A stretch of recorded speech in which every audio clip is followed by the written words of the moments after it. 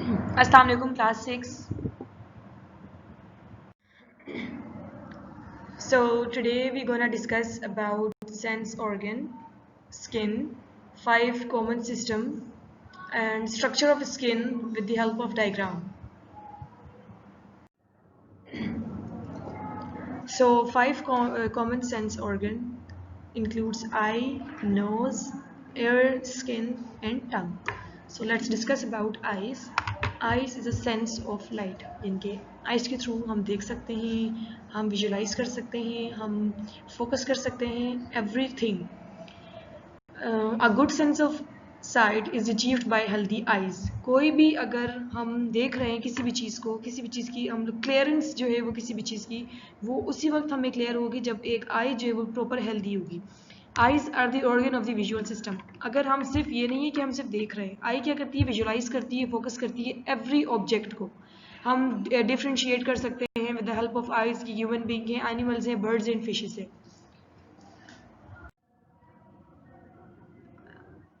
Another common sense organ is nose. Everybody nose के nose से हम लोग सेंस ऑफ स्मेल जिसे हम कहते हैं नोज़ से. ऑर्गन जो है नोज़ जो ऑर्गन है वो यूजुअली जो होता है वो सेंस ऑफ स्मेल डिनोटेड होता है.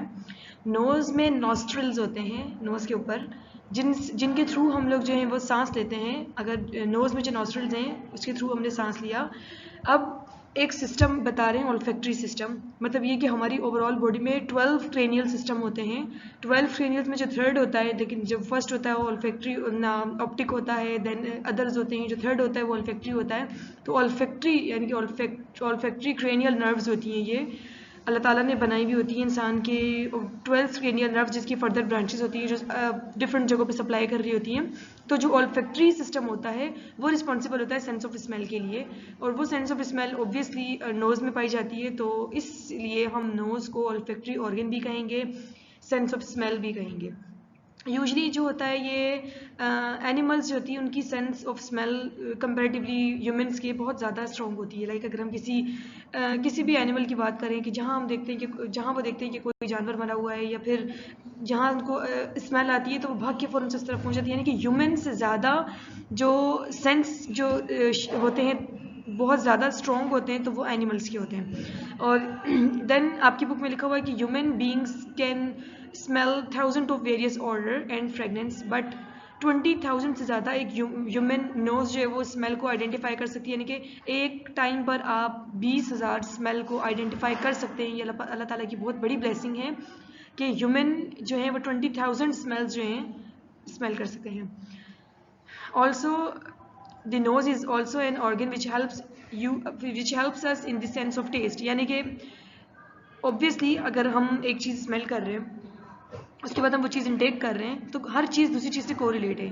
तो ह्यूमन नोज जो है वो सेंस ऑफ टेस्ट भी फ्राहम करती है सेंस ऑफ स्मेल के साथ साथ. So let's discuss about the other sense organ that is air. हम सबको पता है कि कान जो है वो हेयरिंग के लिए यूज़ होते हैं. ठीक है, कोई भी चीज़ हेयरिंग कहते हैं, ऑडिटरी कहते हैं. ये एबिलिटी जो होती है वो वाइब्रेशंस यानी कि हमारे कानों के अंदर अल्लाह ताला की तरफ से एक ऐसा सिस्टम होता है, एक ऐसी क्रेनियल नर्व जैसे हम पीछे डिस्कस कर चुके हैं ऑल्फैक्टरी नर्व होती है जो कि हमें सेंस ऑफ स्मेल करती है. तो इसी तरीके से एक और क्रेनियल नर्व होती है. वो नर्व जो है वो हमें एबिलिटी देती है ताकि हम लोग जो है ना एक तो बैलेंस में रहे बॉडी, एक हम हेयरिंग कर सकें. यानी कि बैलेंस एंड हेयरिंग ये सब जो है यही एक 7th क्रेनियल नर्व जिसे हम कहते हैं. और ये जो है डिटेक्ट करती है साउंड्स को और हमारी बॉडी के बैलेंस को मेंटेन करती है. इसकी वजह से हमें पता चल सकता है कि सराउंडिंग में साउंड जो है वो कितनी प्रेशर से है या किस तरह से, कितनी मीडियम में है या किस तरह से. तो ये सब हमें पता चलता है with the help of detecting vibration and sound. For example, if we hear music through earphones which are inserted into our ears. ठीक है, यानी कि इसका मतलब इन शॉर्ट ये है कि हम लोगों ने हैंड्स फ्री कान में लगाए और हमें आवाज़ आ रही है. दैट मीन्स कि हमारे कान प्रॉपर वर्क कर रहे हैं. अगर हम हैंड्स फ्री लगा के वॉल्यूम भी फुल कर रहे हैं बट हमें आवाज़ नहीं आई, दैट मीन्स कि हेयरिंग लॉस है. अगर थोड़ी सी टोटल और पार्शियल एबिलिटी जो है वो लॉस हो रही है सुनने में तो उसे हम कहेंगे the term that is used कि अगर पार्शियल या कंप्लीट लॉस हो रहा है एबिलिटी हेयरिंग का, so that is hearing loss. Okay, fourth sense organ is skin. Skin overall हमारी ह्यूमन बॉडी जो है कंसिस्ट होती है स्किन से। स्किन से जो हम लोग सेंस ले रहे हैं that is sense of touch, यानी कि अगर कोई भी टेम्परेचर, यानी कि अगर हमारी स्किन पे कोई ठंडा या गर्म लग रहा है तो हमें फ़ौरन से पता चल जाता है, और अगर कोई प्रेशर लग रहा है तो ये भी हमें फ़ौरन से पता चल जाता है। तो ये जो लोकेट करती है ये टेम्परेचर को या प्रेशर को, तो वो जो लोकेट करता है that is sense of touch, तो वो उसको स्किन के थ्रू करता है। इसमें ये लिखा हुआ है for example when we touch something hot like a hot cup of tea और coffee we instantly move our hands away from it.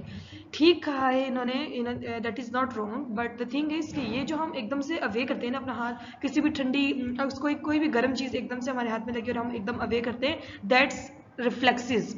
Skin का रोल सिर्फ ये है कि हम जो है ना टेम्परेचर या प्रेशर फील कर सकते हैं, लेकिन ये जो हमने एकदम से हाथ पीछे किया, कोई भी गर्म चीज़ हाथ में लगी, हाथ हमारा एकदम से पीछे हो गया, तो ये सारा कमाल रिफ्लेक्सेस का है। अल्लाह पाक ने इंसान की बॉडी के अंदर इतने रिफ्लेक्सेस रखे हुए हैं कि जिनको वो आइडेंटिफाई कर सकता है किसी भी चीज़ के थ्रू। ठीक है, तो इस चीज़ को क्लियर कीजिएगा कि स्किन के थ्रू हमने एकदम से अपना हाथ पीछे नहीं किया, दैट आर रिफ्लेक्सेस जिसके थ्रू हमने अपना हाथ पीछे किया। ठीक है, so the last sense is the sense of taste. Sense of taste obviously हम लोग टंग के थ्रू जो है वो उसको फील करेंगे। The organ for the sense of taste is this tongue. The tongue has various receptors which can detect whether the items consumed is salty, sweet, bitter and sour. यानी कि टंग जो है वो एक ऐसा ऑर्गन है जिसके ऊपर वेरियस रिसेप्टर्स होते हैं। आप देख सकते हैं डायग्राम बनी हुई, डायग्राम के थ्रू आप देख सकते हैं कि टंग का एक फ्रंट पोर्शन होता है, एक साइड्स पोर्शन होते हैं और बैक साइड पर एक पोर्शन होता है। तो ये जो है ये अल्लाह ताला का निज़ाम होता है कि फ्रंट का क्या फंक्शन है, साइड्स का, यानी कि हमारी बॉडी का कोई भी ऑर्गन है ना तो वो वेस्टिजियस नहीं है। हर ऑर्गन जो है उसका अपना कोई ना कोई फंक्शन है। इवन टंग के भी बहुत ही ज़्यादा रिसेप्टर्स है जिसमें हर टंग का डिफरेंट पोर्शन डिफरेंट वर्क कर रहा होता है। सो टंग जो है वो सॉल्टी यानी कि नमक, स्वीट यानी कि मीठा, बिटर कड़वा एंड सॉर यानी कि लेमन की तरह का जो टेस्ट हमारी हमें जो ओरल कैविटी में फील होता है।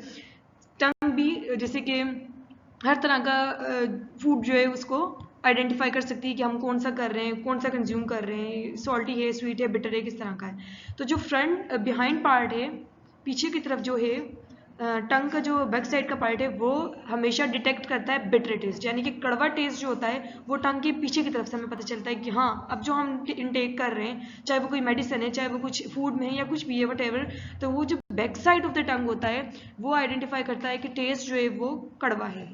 जो फ्रंट मोस्ट पार्ट होता है वो सॉल्टी टेस्ट को आइडेंटिफाई करता है। जैसे हम कुछ खा रहे होते हैं, उसमें अगर लेट सपोज के नमक कम है तो वी फील लाइक कि नमक नहीं है, तो उसके बाद हमने उसमें नमक डाला, ऊपर छिड़कते हैं नमक, तो वो जो टेस्ट आता है छिड़कने से वो फ्रंट मोस्ट पार्ट जो होता है टंग का वो डिटेक्ट करता है कि हाँ जी अब इसमें नमक पूरा है, अब आप खा सकते हैं। So the side parts detect सोर test and the middle and the front parts detect sweet taste. अब हम साइड्स की बात करते हैं, हमने बैक साइड का पढ़ा, बैक जो है वो कड़वा टेस्ट करेगा, फ्रंट जो है वो डिटेक्ट करेगा सॉल्टी। अब जो साइड्स के और जो मिडल के पार्ट्स हैं वो डिटेक्ट करते हैं स्वीट्स को। ठीक है, यानी कि अब जो मीठा रह गया तो वो मीठा डिटेक्ट करेंगे फ्रंट के और मिडल के part. So this is the end of the lecture. Homework task ये है कि क्वेश्चन नंबर 1 में नेम द 5 सेंस ऑर्गन्स, सिर्फ नेम्स लिखने हैं। अगर क्वेश्चन आता है नेम 5 सेंस ऑर्गन्स तो उसमें सिर्फ नेम लिखने हैं, no need to detail anything. Okay, next question है question number 2 describe any sense organ in 2 to 3 points. कोई भी सेंस ऑर्गन आप डिस्क्राइब कर सकते हैं 2 to 3 पॉइंट्स में, लेकिन जब इसकी लर्निंग होगी so you have to learn every sense organ, क्योंकि हर सेंस ऑर्गन जो है वो बहुत इंपॉर्टेंट है। अल्लाह हाफिज़।